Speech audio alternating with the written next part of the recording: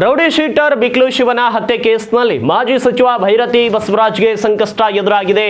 ನಿರೀಕ್ಷಣಾ ಜಾಮೀನು ಕೋರಿ ಮಾಜಿ ಸಚಿವರು ಸಲ್ಲಿಸಿದ ಅರ್ಜಿಯನ್ನ ಹೈಕೋರ್ಟ್ ವಜಾ ಮಾಡಿದೆ. ಇದರ ಬೆನ್ನಲ್ಲೇ ಭೈರತಿ ಬಸವರಾಜ್ಗೆ ಬಂಧನದ ಭೀತಿ ಎದುರಾಗಿದೆ. ಸದ್ಯ ಭೈರತಿ ಬಸವರಾಜ್ ಅಜ್ಞಾತ ಸ್ಥಳಕ್ಕೆ ತೆರಳಿದ್ದಾರೆ ಎನ್ನಲಾಗ್ತಾ ಇದೆ. ಅವರ ನಿವಾಸದಲ್ಲಿಯೂ ಹಾಗೂ ಸದನದಲ್ಲಿಯೂ ಕೂಡ ಭೈರತಿ ಬಸವರಾಜ್ ಕಾಣಿಸಿಕೊಂಡಿಲ್ಲ. ರೌಡಿ ಶೀಟರ್ ಬಿಕ್ಲು ಶಿವ ಕೊಲೆ ಕೇಸ್ ಪ್ರಕರಣದಲ್ಲಿ ನಿರೀಕ್ಷಣಾ ಜಾಮೀನು ಅರ್ಜಿ ವಜಾ ಬೆನ್ನಲ್ಲೇ ಮಾಜಿ ಸಚಿವ ಭೈರತಿ ಬಸವರಾಜ್ ಅಜ್ಞಾತ ಸ್ಥಳಕ್ಕೆ ತೆರಳಿದ್ದಾರೆ ಎನ್ನಲಾಗ್ತಾ ಇದೆ. ಕೆಆರ್ ಪುರದಲ್ಲಿರುವಂತಹ ನಿವಾಸದಲ್ಲಿಯೂ ಕೂಡ ಭೈರತಿ ಬಸವರಾಜ್ ಇಲ್ಲ. ಬೆಳಗಾವಿಯಲ್ಲಿ ನಡೆದ ವಿಧಾನಸಭೆ ಅಧಿವೇಶನದಲ್ಲಿ ಮೊದಲ ವಾರ ಕಲಾಪಕ್ಕೆ ಭೈರತಿ ಬಸವರಾಜ್ ಹಾಜರಾಗಿದ್ರು. ಆದರೆ ಈ ವಾರ ಅಧಿವೇಶನಕ್ಕೆ ಬರದೆ ಕೆಆರ್ ಪುರ ಕ್ಷೇತ್ರದ ಶಾಸಕರು ಗೈರಾಗಿದ್ರು. ಬಿಕ್ಲು ಶಿವ ಕೊಲೆ ಕೇಸ್ನಲ್ಲಿ ಒಳಸಂಚು ನಡೆಸಿರುವ ಆರೋಪ ಎದುರಿಸುತ್ತಿರುವಂತಹ ಭೈರತಿ ಬಸವರಾಜ್ ಮೊದಲು ಪೊಲೀಸರ ವಿಚಾರಣೆ ವೇಳೆ ಸುಳ್ಳು ಮಾಹಿತಿ ನೀಡಿರುವುದು ಪತ್ತೆಯಾಗಿತ್ತು. ಕೊಲೆ ಕೇಸ್ನಲ್ಲಿ ಬಸವರಾಜ್ ಭಾಗಿಯಾಗಿರೋದ್ರ ಬಗ್ಗೆ ಸಾಕ್ಷ್ಯಗಳು ಇವೆ ಅಂತ ಹೈಕೋರ್ಟ್ನಲ್ಲಿ ಎಸ್ಪಿಪಿ ಜಗದೀಶ್ ವಾದಿಸಿದ್ರು. ನಿನ್ನೆ ವಿಚಾರಣೆ ನಡೆಸಿದಂತ ಕೋರ್ಟ್ ಜಾಮೀನು ಅರ್ಜಿ ವಜಾ ಮಾಡಿತ್ತು. ಈ ಹಿನ್ನೆಲೆಯಲ್ಲಿ ಭೈರತಿ ಬಸವರಾಜ್ ಬಂಧನ ಮಾಡಲು ಸಿಐಡಿ ಟೀಮ್ ಮುಂದಾಗಿದೆ ಎಂಬ ಮಾಹಿತಿ ಲಭ್ಯವಾಗಿದೆ. 2025 ಜುಲೈ